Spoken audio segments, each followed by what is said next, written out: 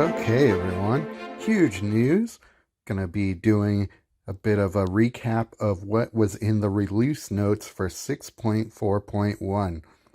Big update coming for the game here, and it was just dropped yesterday. So let's go through all the different things that are coming to the game. So release date is coming this Monday, the 22nd of January, and we're getting a new event. This is a PvP event, 5 nodes, 46 hours. So it's one of those, I'm guessing it's going to be a new sort of weekly-ish event. So let's see. Don't need to read about all the lore. Each node features, it's going to be one of these with the perma supports, each node having a different one. And so, yeah, let's talk about what these different nodes do here. Restless Vents. It's a land. When your opponent discards a card from their hand, increase this card's level by 1. If this card's level is 3 or more at the beginning of your turn, you may return the first creature card from your graveyard to your hand. If this card's level is 7 or more, at the beginning of your turn, return the first creature card from your graveyard to play under your control. So, depending on what the color pie of this card is gonna, or what this perma support corresponds to, you may want to try playing like a discard heavy deck. Even if it's red, you might want to play rats. They bring discard to mono red, which is pretty interesting, but that's how I think of that one. Restless Prairie. When you create a token card under your control, increase this card's level by 1. If this card's level is 3 or more, at the beginning of your turn, your first creature gets +2/+2 until end of turn. If this card's level is 7 or more, all your creatures get +7/+7 and gain trample. So, yeah, that's definitely like a green or white permanent support there. I'm guessing green because that prairie looked like a very green land there. So, that should be pretty easy to get the level up on that one. Restless Reef. When a creature card is put into your graveyard from everywhere, increases card's level by 1. If this card's level is 3 or more, at the beginning of your turn, reinforce your first creature 2 times until end of turn. If this card's level is 7 or more, at the beginning of your turn, draw 2 cards. Those cards gain full mana. So I'm thinking that is a blue permanent support. That sounds very blue, all those things there. So, yeah, that doesn't seem that hard either. Just go blue-green or blue-black, and you're going to be able to get that level up pretty high, pretty quickly. Restless Ridgeline. When an artifact support enters the board under your control, increases card's level by 1. This card's level 3 or more. At the beginning of your turn, create a dinosaur token. If this card's level 7 or more, when a dinosaur creature you control attacks, deal X damage to your opponent's planeswalker. X is the number of dinosaur creatures you control, including their reinforcements. Well, dinosaurs, I guess if you're using them in a dinosaur loop, you're not going to be creating a ton of dinosaurs. They tend to be big creatures on their own that don't need a lot of reinforcement, but I guess, yeah, depending on what color this ends up being, that could be an interesting permanent support. And then last one, Restless Anchorage. When an artifact or enchantment card comes into play under your control, increase this card's level by 1. So I'm thinking time bubbles or food tokens. If this card's level is 3 or more, at the beginning of your turn, create a map token. If your card's level is 7 or more, at the end of your turn, create 10 gnome tokens. Interesting. So I think gnome tokens are like 2/2s, I want to say. So that's all you could do with that. If you're using Guillaume, Guillaume with the gnomes, create some Guillaume soldiers there. So that could be fun. Survivors of the Four Tribes Part 1 Coalition Event. Finally, a new Coalition PvE. I was always a big fan of Coalition PvEs. Still kind of am, even though the ones that you've been playing are a bit played out at this point. So it'll be nice to get some new PvE going, because story mode, I've always had such a fondness for.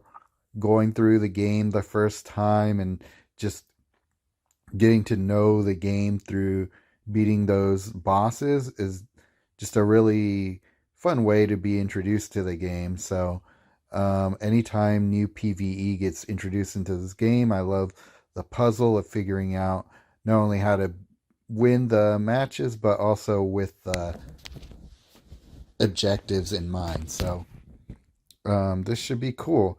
Number of nodes, 6 nodes divided into 2 subsets of 3 nodes each. So basically we're getting 2 pies, 2 3-slice pies. 46-hour duration, that's great. Not too long of an event. Initial charges per node and max charges per node, okay. So it starts with 2. And then so part 1 and part 2, I'm guessing they're going to be 2 different events basically. And just like how they did Oath of the Gatewatch is divided into 2 different stories that get played out there. So we'll see how that goes. And up next, we got Karn the Great Creator. We got some new Planeswalkers. Everybody's always excited to see those new ones come out. So we got Karn the Great Creator. I cannot wait to share with you my review of him. So if he goes live on Monday, I will definitely be putting that review out as soon as possible. I won't get into him too much right now because I do plenty of that in the upcoming video, but I heard that there was some sort of bug happening with him, but I don't know what. So we'll have to hear from Nalcazar what he discovered. So anyhow, let's go on to non-spoiled Planeswalkers already. So Jace the Perfected Mind. So this is a Planeswalker version of what we didn't get in the Phyrexia set. Was it March of Machines? Completed. So let's go through them. 107 power, 107 hit points. Not bad. Not great, but not bad. Completed intelligence. At the beginning of your turn, if you had less than 4 cards in your hand, draw cards equal to the difference. So that's really interesting. So you basically will always start the match with 4 cards in your hand. So that can be really a useful tool there. Synthetic expansion, create 3 Phyresis Converter tokens. Then if you have 80 or less life, create X Phyrexian gems. X is half the number of cards in your opponent's graveyard, rounded up. So Phyrexian gems, is there anything in blue that you really care about is completed or not? I have to look back and see. It's kind of interesting that they're giving us a Planeswalker so late after we've moved away from the whole Phyrexia saga. But, you know, I'm glad that they're going back and giving us some new Planeswalkers from older series. It gives a little more relevance to cards that maybe were tied more to a certain mechanic. But at the same time, when you tie a Planeswalker to a certain mechanic, they tend to have not as long of a shelf life. So anyhow, what does a Phyresis Converter do? Where is it? Is it this here? That's too small to see, but this port can't be reinforced, okay? When you match a Phyrexian gem by swap, the first card in your hand without completed gains completed.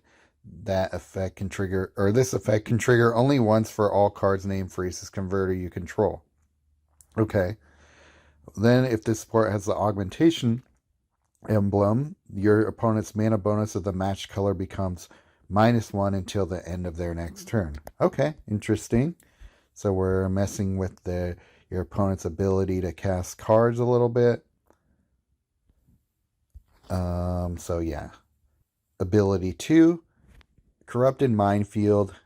Create 2 Phyresis Converter tokens and destroy the top 5 cards of your opponent's library. If you do, all opposing creatures get -X/-0. X is the number of cards destroyed from your opponent's library this turn. So that's at least a -5 power across the board, which, depending on what type of opponent you're playing can really screw up your opponent's ability to attack. If you're playing against blue, they usually tend to have weaker creatures on the board, so that can mess with their ability to even attack. So, interesting. And ability 3, Illusion of Free Will. Draw X cards, then give them Y mana. Y is 1 plus the number of cards named Phoresis Converter you control up to 6. Okay, so you want to keep those Phoresis Converters on the board so that you can fill up your cards with mana here, but Y is the number of cards in all graveyards. Wow, okay. So there we go. Phoresis Converter cards you control gain the Augmentation Emblem. Okay, so there's that whole Augmentation Emblem again, but so this is a good way of getting a lot of mana into your cards that you draw when you use this ability. So we've had similar types of abilities like this before, but this one, I like the fact that you can possibly get unlimited mana from into the cards that you draw. So this opens up the ability to play really heavy mana cost cards if you're somehow ramping up loyalty enough that you get to use these Phoresis Converter tokens. So again, they're doing this thing that has been more or less successful where the third ability is directly tied into how many times you've used their first and or second ability. I don't love that because that means you're spending a lot of loyalty just to make your third ability useful. So you just end up having to use a lot of loyalty. You need to save it all up, but you're also spending it at the same time. So it's kind of funky. I don't think it's my favorite way of designing planeswalkers and planeswalker abilities, but what do you guys think? Do you like how they do these? I personally don't love it, but if the effect is powerful enough, like with Cantorius Canned, then it's acceptable. Plus, you got Golden Wish, which is a new white masterpiece card, so maybe when you have ways of getting a lot of loyalty, it's a little more useful in that way. So, I don't know. And now everyone's been talking about this card, Lord Windgrace. It is a new tricolor walker with a new color pie, which is black, white, and green. And green is so good right now. I'm so glad that we're getting a planeswalker that can take advantage of all that. So what do we got going on? One of the Titans. 5 mana, draw a card. If that card is a land card, convert 5 gems to red. So you likely want to be playing with at least one land in your deck, but maybe you don't care about the converting 5 gems to red. We got green, so we got mana conversion covered. We got gem conversion covered. Activate black 3, draw a card, it gains 5 mana. I like that, because if you're going to be blowing up the board with all of our green conversion, you're probably going to be hit those activated gems, so it's extra mana, extra card draw, so I like it. And it's only 5 loyalty, so that's not bad. Second ability is 9 loyalty. Create 2 Panther Den tokens. Create 2 green cat tokens. An opposing non-land support loses X shield. X is the number of cat and creatures and cat reinforcements you control up to 9. So I think this is probably my least favorite of his abilities. What do those Panther Den tokens actually do? It can't be reinforced. It's a support that's a land. It's got 3 shields, which is okay. At the beginning of your turn, create a green cat token, and the green cats are just 2/2 token creatures.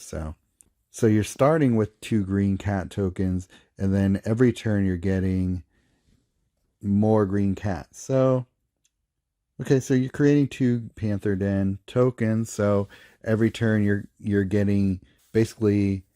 So every turn you're creating 2 of these green cat tokens to stack upon the 2 you already have. So that starts with a 4/4 creature, 2 times 2. And every turn, you're basically making 2 more of those. So you're getting a 4/4 creature every turn with the way that they stack. So not bad. And then you're possibly destroying a support or at least weakening it by a decent amount, because the cat creatures keep stacking, so up to 9. So that's not bad. Getting some tokens, doing a little bit of support removal, but you do have to rely on these cats being on the board. So it's conditional. So there's a lot of yeah buts when it comes to this ability. So that's why I'm not the biggest fan of it. But let's go to the third ability. 25 mana. Protector of Urborg. Increase the cost of all cards in your opponent's hand by 12. Create 10 green cat tokens. Each non-token opposing support loses 6 shields. This can affect Vanguard supports. So this is really cool that it's very much directed at messing with your opponent's ability to cast cards, right? And you're creating a lot of green cat tokens, which will synergize with cards that deal with the amount of creatures and creature reinforcements you have on the board. So that's interesting too. That will probably trigger Guillaume a lot. So you're going to be making a lot of food tokens in that way. Yeah. For red, that will synergize well with Over the Top. The non-token opposing supports all losing 6 shields. So that means you're going to be most likely getting rid of most of your opponent's supports at the same time. So really the only thing it's not doing is destroying your opponent's creatures already on the board, which is fine. We can deal with that with black spells. So really interesting third ability. I've never seen one in the game that does quite those sorts of things, but it could really turn the tide in your favor, I feel. So it'll be interesting to see how that plays out. I think that's going to be really annoying to face. Mana bonuses are pretty interesting. I like that we're getting +4/+4 on black and red, +3 on green. So we're getting 7 mana per black and red match and 6 mana per green match. So it's their way of balancing out the obvious advantage that green has in conversion. So you don't get as much, but not bad. For a tricolor walker, that's really not terrible. -2 on green and -2 on white and blue, which is expected. If you're going to get a tricolor walker that has decent mana bonuses, that's just kind of, I think, the name of the game. I prefer this over less positive mana bonuses and less negative. I'd rather have more negatives to have more positives, if that makes sense. And finally, Vanguards. We're getting brand new Vanguards. So let's take a look at what those actually do. They can be obtained in the LCI Vanguard packs, which will be available in the vault for the first time just after the release. After this, they'll be added to normal Vanguard rotation. So I'm not sure what that means. Does that mean they're not adding the Vanguards to the game right away at the beginning of the update, or did they just kind of word that badly? But we'll take a look at the Vanguards in a bit, but let's at first look at all the quality of life improvement fixes. As hinted previously, while we worked on a fix with the bug with Karn the Great Creator, see there's that bug again, I'm not even sure exactly what the bug is. We noticed some changes required cache to be cleared in order to be loaded properly. This is the same process required after the game updates, and some systems might involve even reinstalling the app. We implemented a native feature that will do this process in the background when opening the app automatically, quietly, and smoothly. With this new feature, we expect that having to manually clear the cache to reinstall the app becomes a rare occurrence and that your game's data stays up to date. So yeah, this actually is a pretty interesting update, because noticing on Discord, a lot of people are just like, how come I'm not seeing whatever in the vault and you guys are? And it's a lot of times it's like you need to clear your cache and restart the game and all that. So in order to not have to do that, that's actually a pretty neat little thing. It wasn't something that I thought was even a big deal, but it happens enough to other people that I think this will be a helpful fix. Events and products. Fix some reward booster icons in coalition events being misaligned. Not totally sure what that means. That means that they were showing the wrong booster icons for what you were getting. I don't even remember seeing that. But anyway, coalition event, family business presenting incorrect deck restriction rules. So I think that's why we didn't end up seeing family business. It got pulled at the last minute for some other event. I can't remember what we played last anymore. But yeah, so if family business comes back into rotation, that would be cool. We haven't played that event in a long time, so I'm not mad about seeing it again at this point. I felt like we were playing it way too often before, but it's coming back, and then we'll be able to get more SNC packs if you need them. So that's always good. Fix the Life Potion Store pop-up background having a plain white background. This was annoying because I don't know how that happened in the first place. But all of a sudden when I went to go see how long I had to wait for my next Life Potion, I couldn't tell because it was white text on a white background. So that sucked. So I'm glad that's going back to normal. Mechanics. The Outcast mechanic. Before the change, when this card isn't moved to anywhere other than the battlefield, exile it. At the end of this turn, if it's not exiled, exile it. So after this change, at the end of this turn, if this card is anywhere other than the battlefield, exile it and this card loses Outcast. So they worded it kind of funky, but I feel like all they are doing is making sure that if a card with Outcast is on the battlefield, it will stay in play, where it was not doing that before. So they're getting rid of that part of it. And so if this card is anywhere and this card loses Outcast, so that's interesting. It gets exiled, but it loses the Outcast emblem. I don't even remember if you look in the exile right now and the cards that had Outcast still have it on there. Maybe they do. I never really paid attention to that. But the main thing about this is now that when you cast a card with Outcast on it, it won't be exiled at the end of your turn, which is huge because there are some good cards with Outcast, and the fact that the cards that you cast with it get exiled any permanent, like a creature support, makes it so that you don't even want to play those Outcast cards because you're going to spend all this mana doing all this work to get your permanents on the board, and then they just go away at the end of your turn. So huge update. I'm so glad that Webcore is making that fix to Outcast. It's one that we've wanted for a while, and I'm happy to see it. Lots of changes here. Lots of bug fixes. Fix. Jin Gitaxias Core Augurs, increasing mana bonus effect, stacking infinitely instead of resetting as it should. That's a big one. This is a card that's so good, except for that one part of it, which if your opponent has somehow the ability to cast a card and get rid of Jin Gitaxias, well, now they have like this giant mana bonus that is permanent, or it really gives them too high of an advantage, even though Jin Gitaxias is making them discard their hand the whole time. If they're able to cast that one removal spell, then you're giving them so much of leg up in the match. So this fix means I'll probably be using this card a lot more.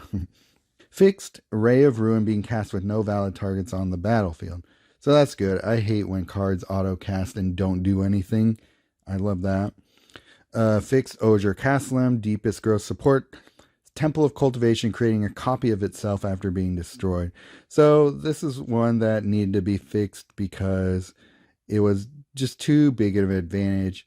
It was one I was definitely exploiting, but that's fine. Fixed Captain Ripley Vance triggering his first ability when creature tokens enter the battlefield. That one was definitely a bug that needed to be fixed.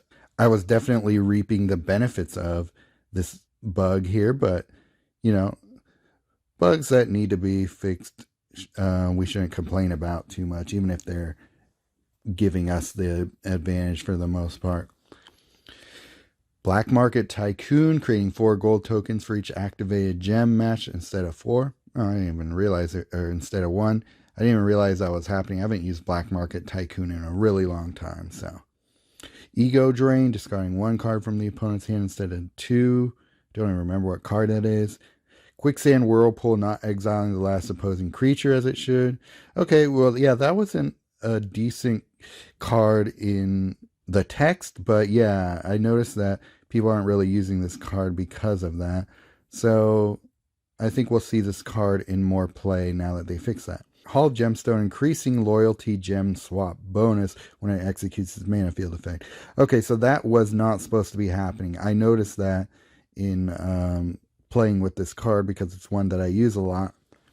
So that was not working as intended. So that's a little bit of a nerf to it, but if it was not the intention, then that's fine. Fixed. Mana Crypt's mana field effect, making player lose life when the first card in their hand already has full mana. Well, that's a really good fix because this card should be working properly, and I don't know if they're actually going to make it work as the text explains it should. Because if they, not losing life when Mana Crypt is triggered is a big deal because you can really lose a lot of life for no gain on your end if you trigger that mana field. But I want it to work like the Moxes are working, where the next card that can gain mana gains the mana, and it's not doing that right now. And it's explicitly said in the text how it's supposed to work. And so if they don't yet fix that, then they need to get put on that to keep working on that fix. So this definitely is an improvement to Mana Crypt. It's one that should work properly, especially if they were selling it for a lot of money. So it should work as intended. Fabrication Foundry's second ability, doing nothing even when a player confirms they want to destroy a treasure. That's a big deal, because this was another card that they were selling, so fixing it makes it actually playable, because right now it's not a very good card without having that. Mirren's Bardiche equipability not working. Kellen, Daring Traveler's fetch trigger not destroying unselected cards. I am very happy about that because if you watched my chase cards for low rarities in LCI, this was a reason I didn't put this card higher. Well, actually, I think I rated it fine, but it was based on this ability working properly. So having mono white, giving it the ability to destroy cards in your library will be a big deal. And so that's a good one. Legions to Ashes, exiling nothing when an indestructible support is in play in some situations. That's a big deal. This is, I know, one of Kilroy's main bugaboos. So Legions to Ashes working correctly is going to make it so that it's a good play against a Johnny, for example, because you're going to be exiling all his little token supports, making them sort of useless. So that's great. There's a lot of situations where you're going to want to use this card. Against Guillaume, for example, that's a big deal. Likeness Looter's mana field not working. I don't like the card even when it's working properly, so I don't care. Soul Partition not working correctly when an opponent has a full hand and target creature has prevent damage. So there's that bug that keeps popping up all the time, that whole prevent damage not destroying creatures when it should. So I think they seem to have to do it card by card, but I'm glad that they're doing that because that makes Soul Partition a little better. It's a good card and probably one that's not being used as much as it should because of things like that. Fixed. Sea gems giving +3 per creature under your control instead of +1. I didn't even know it was supposed to do that. Maybe all of us had never really read Seed that carefully. So that makes Sea gems a little worse, but they're already so good. So if that's how they're supposed to work, maybe they won't be as good anymore, but they're still plenty strong. So I'm not mad at that change. And I don't use seed gems that often lately, but I face decks with them all the time, so having them not be so difficult to face is making me happy. Tough Cookie triggering with any match and not just when matching an artifact support gem. Instead of making Tough Cookie a little worse, it's not a card I like anyway, so whatever. Sword of Forge of Frontier triggering with each attacking creature if the player selects not now. Oh, interesting. I didn't know that. Well, that's a fix that I did not even notice needed to be fixed, but fine. Alter Reality draining mana from the first card with mana in the player's hand instead of draining it from the first card regardless of mana. I don't remember what card Alter Reality is, so that's fine. Not being possible to cast Alter Reality when only other cards in hand are other copper. Not okay. I'm just going to skip the rest of Alter Reality because I don't even remember the card. Some cards causing damage instead of life loss. Okay, this is big. Affected cards. Grasping Shadows, Shadow's Lair, Preacher of the Schism, Mana Crypt. Mana Crypt, that's a big one because I want the life I lose when I use Mana Crypt to come back to me, so at the end of the match. So that's a big deal. I lose a lot of potions using stupid Mana Crypt how it is right now, so I'm glad about that. Bitter Triumph, that's good. Sweet Tooth Witch and Greta, Sweet Tooth Scourge. I didn't realize that was causing damage and not life loss, but that makes Greta a little bit more usable. I like Greta actually. I think she's actually a pretty decent little uncommon, so that'll be good. Some discard effects. Oh, this is big. Some discard effects with no extra specifications, taking the first cards in hand instead of the last ones. Affected cards. Blade Coil Serpent. Big one. Aklazot's Deepest Betrayal. Big one. Zoloya Lava Tongue. I never see that played. Saheeli's Lattice. Inti. Oh, Inti. That's a big one. And Mazalon the Great Door. Okay, so great. Those are big fixes. So first of all, the Blade Coil, okay, that's going to make it even less scary to face. I'm glad about that. I almost never use Blade Coil anymore. Not that I think it's a bad card at all, but it was such a good card before they nerfed it, and now it's just an okay functional card. Aklazot's, this is a great card, but part of the reason it's great is that it's destroying your opponent's first two cards in their hand. I think it'll still be definitely playable. It just won't be the oppressive lockdown that it is right now. So it's a good fix for the health of the game, even though I'll be a little bit sad not to lock an opponent down by discarding the first two cards. However, Inti Seneschal of the Sun, making you discard the first card in your hand, it makes it unplayable. Same with Mazatlanti. That's even worse because that one will trigger on mana field, so you almost don't have a choice in getting rid of the first card in your hand. So that makes it a lot more usable, and I probably will start using these cards because that bug was the reason I wasn't. Change the order of effects and get lost so they are not redundant anymore. Before the change, destroy a random opposing creature. If you can't, destroy a random opposing non-Vanguard support.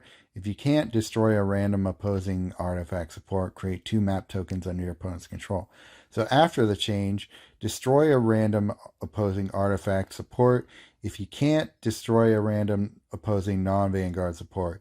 If you can't, destroy a random opposing creature. Create 2 map tokens under your opponent's control. So this is a change I don't like at all.